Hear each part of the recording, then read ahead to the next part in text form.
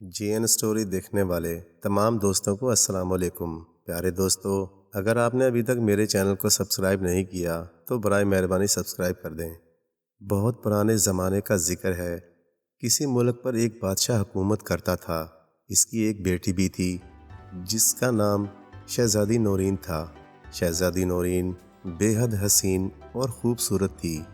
وہ 16-17 سال کی ہو گئی تھی اور بادشاہ کسی اچھے سے شہزادے کی تلاش میں تھا تاکہ شہزادی نورین کی اسے شادی کر کے اپنے فرض سے سبکدوش ہو جائے۔ اس بادشاہ کا ایک وزیر بھی تھا جو بے حد لالچی، خود غرض اور مکار تھا۔ شہزادی نورین کی خوبصورتی نے اسے بھی بہت متاثر کیا تھا اور وہ چاہتا تھا کہ بادشاہ اس سے اپنی بیٹی کی شادی کر دے تاکہ اسے شہزادی کے ساتھ ساتھ تخت و تاج بھی مل جائے۔ اس کی عمر کافی ہو گئی تھی مگر اس نے ابھی تک شادی نہیں کی تھی۔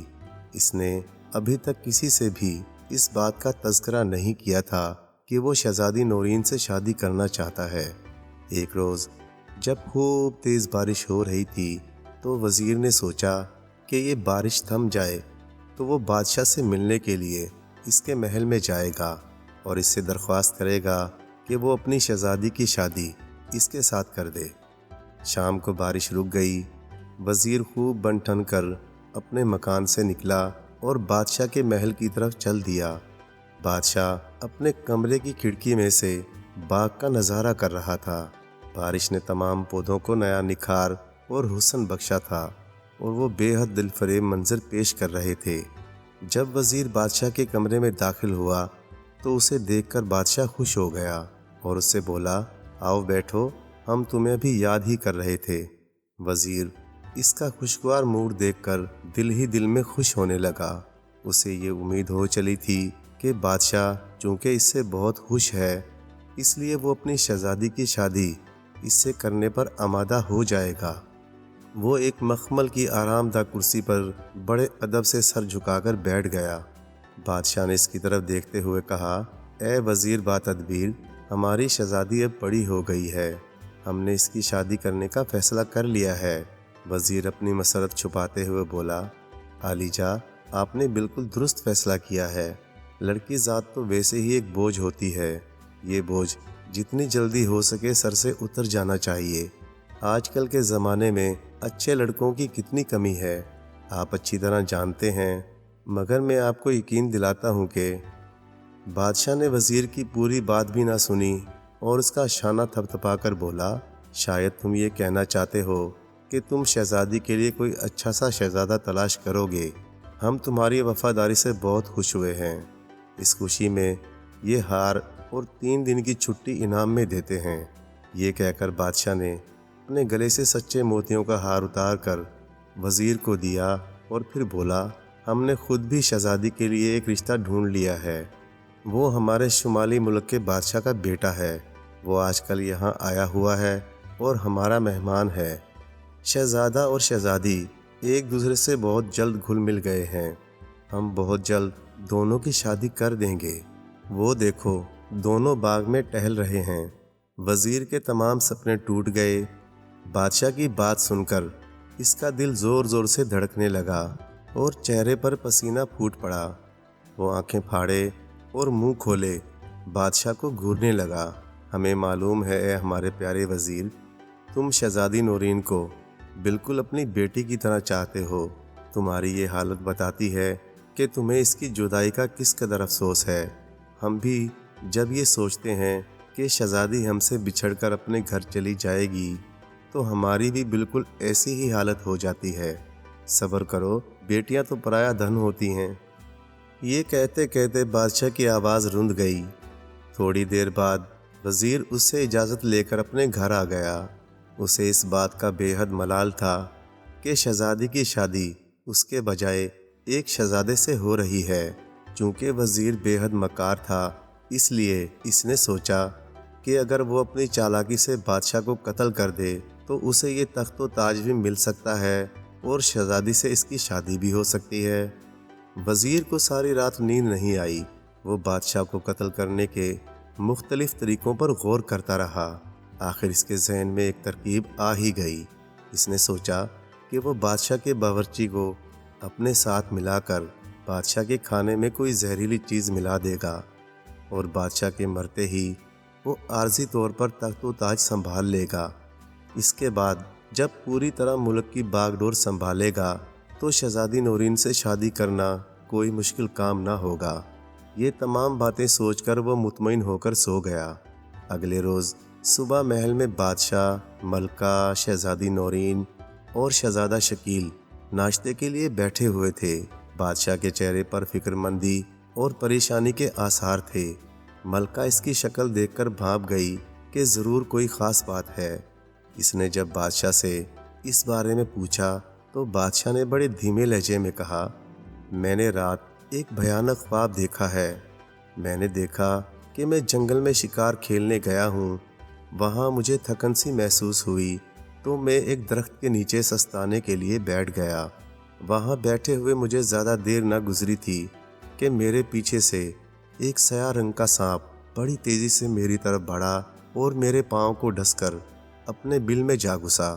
میرا خوف وہ دہشت کے مارے برا حال ہو گیا تھا اور پھر اسی عالم میں میری آنکھ کھل گئی۔ بادشاہ کا خواب سن کر ملکہ بھی فکر مند ہو گئی۔ ناشتے کے فوراً بعد اس نے شاہی نجومیوں کو طلب کر کے اسے بادشاہ کا خواب سنایا اور اس خواب کی تعبیر پوچھی۔ اس نجومی کی عمر 180 برس کی تھی۔ اس کے سر اور داڑھی کے بال روئی کے گالوں کی طرح ملائم اور برف کی طرح سفید تھے۔ اس نے بڑے غور سے بادشاہ کا خواب سنا اور پھر اپنے ساتھ لائی ہوئی موٹی موٹی کتابوں کے ورق گردانی کرنے کے بعد وہ کچھ حساب کتاب کرنے لگا۔ بادشاہ، ملکہ، شہزادی نورین اور شہزادہ شکیل، جو کہ شہزادی نورین کا ہونے والا شوہر تھا، سب کے سب بوڑھے نجومی کو دم سادے دیکھ رہے تھے۔ تھوڑی دیر بعد نجومی نے حساب لگانے کے بعد ملکہ سے مخاطب ہو کر کہا، ملکہ صاحبہ، خدا بادشاہ سلامت کی عمر دراز کرے۔ ان کا ایک دشمن پیدا ہو گیا ہے۔ وہ موذی ہر قیمت پر جہاں پناہ کی جان لینا چاہتا ہے۔ بادشاہ سلامت نے جو سانپ دیکھا تھا وہ اسی دشمن کی طرف اشارہ ہے۔ میں اپنے علم سے صرف اتنا ہی پتہ چلا سکا ہوں۔ اس دشمن کا نام نہیں بتا سکتا۔ پھر بھی میں اتنا ضرور کہوں گا کہ اگر اس دشمن کو نہ پکڑا گیا تو وہ اپنی عیاری اور مکاری سے عالی مرتبہ بادشاہ سلامت کو ضرور نقصان پہنچا دے گا۔ نجومی کی بات سن کر ملکہ کے ہوش اڑ گئے۔ بادشاہ بھی بے حد غمزدہ ہو گیا اور شہزادی نورین کی آنکھوں سے ٹپ ٹپ آنسو گرنے لگے۔ شہزادہ شکیل شہزادی نورین کو روتا دیکھ کر بے چین ہو گیا۔ اس نے بڑے پرعزم لہجے میں کہا، پیاری شہزادی، تم رنجیدہ مت ہو۔ میں جب تک زندہ ہوں انشاءاللہ بادشاہ سلامت کو کوئی بھی شخص نقصان نہیں پہنچا سکتا۔ میں تم سے وعدہ کرتا ہوں کہ تمہارے پیارے ابا حضور کے دشمن کو بہت جلد ان کی خدمت میں پیش کر دوں گا۔ شہزادے شکیل کی بات سن کر شہزادی نورین کے لبوں پر مسکراہٹ پھیل گئی۔ بادشاہ اور ملکہ نے بھی اطمینان کا سانس لیا۔ انہیں امید تھی کہ شہزادہ شکیل اس دشمن کو پکڑنے میں ضرور کامیاب ہو جائے گا۔ بادشاہ وہاں سے اٹھ کر دربار میں چلا گیا کیونکہ دربار کا وقت ہو گیا تھا۔ ملکہ اپنے دوسرے کاموں میں مصروف ہو گئی اور شہزادی نورین کی چند سہیلیاں آ گئیں۔ وہ ان کے ساتھ باتیں کرنے لگی۔ شہزادہ شکیل کچھ سوچنے میں مصروف تھا۔ اچانک اس کے ذہن میں ایک بڑی اچھی ترکیب آ گئی۔ وہ کمرے سے نکل کر باغ میں آیا۔ اس نے دیکھا بادام کے درخت پر ایک طوطا بیٹھا ایک پکے ہوئے بادام پر اپنی چونچ مار رہا ہے۔ شہزادہ شکیل بہت ہی آہستگی سے درخت پر چڑھا اور طوطے کو پکڑ لیا۔ پھر اس نے طوطے کو ایک بہت ہی خوبصورت پنجرے میں بند کیا۔ پنجرہ سونے کی تیلیوں کا بنا ہوا تھا۔ شہزادہ شکیل طوطے کا پنجرہ لے کر دربار میں پہنچا۔ بادشاہ اپنے تخت پر بڑے باروب طریقے سے بیٹھا ہوا تھا۔ تمام درباری فرش پر بچھے قیمتی قالین پر بیٹھے ہوئے تھے۔ شہزادہ شکیل نے بادشاہ سے کہا، جہاں پناہ، میرے ابا حضور نے یہ جادو کا طوطا آپ کے لیے بھیجا تھا۔ اسے قبول فرما کر شکریہ کا موقع دیں۔ یہ طوطا آپ کو ہر جمعرات کی صبح آپ کے دشمنوں کے ناموں سے آگاہ کیا کرے گا۔ کل جمعرات ہے۔ یہ جس شخص کا بھی نام لے سمجھ لیجئے گا کہ وہ آپ کی جان کا دشمن ہے۔ بادشاہ سمجھ گیا کہ شہزادہ شکیل اس کے دشمن کو پکڑنے کی فکر میں ہے۔ اس نے پنجرا لے کر اپنے پاس رکھ لیا۔ تمام درباری اتنا بہترین اور عجیب و غریب طوطا دیکھ کر واہ واہ کرنے لگے، مگر وزیر کی حالت غیر ہو گئی۔ اسے اپنی جان خطرے میں نظر آنے لگی۔ چونکہ وہی بادشاہ کا دشمن تھا، اسی لیے وہ اس جھوٹ موٹ کے جادو کے طوطے سے خوف زدہ ہو گیا تھا۔ دربار سے فارغ ہو کر بادشاہ نے طوطے کا پنجرا باغ میں سیب کے درخت پر لٹکا دیا۔ رات ہوئی تو وہ سب لوگ سونے کے بجائے ایک کمرے میں چھپ کر باغ کی نگرانی کرنے لگے۔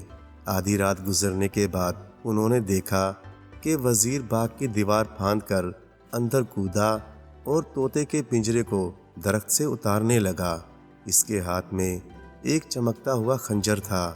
وزیر نے سوچا تھا کہ وہ طوطے کا خاتمہ کر دے گا تاکہ طوطا بادشاہ کے سامنے اسی کا نام ہی نہ لے سکے، مگر اس نے جیسے ہی پنجرے کا دروازہ کھولا ویسے ہی بادشاہ، ملکہ، شہزادی نورین اور شہزادہ شکیل کمرے سے نکل کر اس کے سامنے پہنچ گئے۔ شہزادہ شکیل نے کہا، بادشاہ سلامت، آپ کا دشمن پکڑا گیا۔ یہی وہ شخص تھا جو آپ کو موت کے گھاٹ اتارنے کے منصوبے بنا رہا تھا۔ بادشاہ کی آنکھیں غصے سے انگارہ ہو گئیں۔ وزیر کی گھگی بند گئی۔ وہ خوف کے مارے تھر تھر کانپ رہا تھا۔ بادشاہ نے اسی وقت چند سپاہیوں کو بلوا کر وزیر کو گرفتار کر لیا۔ وزیر نے اپنا جرم مان لیا تھا اور اس جرم کی وجہ سے اس کی ساری دولت ضبط کر کے اسے ملک بدر کر دیا گیا۔ ملکہ اور بادشاہ شہزادہ شکیل کی ذہانت سے بے حد خوش تھے۔ چند دنوں بعد شہزادی نورین اور شہزادہ شکیل کی شادی ہو گئی اور دونوں ہنسی خوشی رہنے لگے۔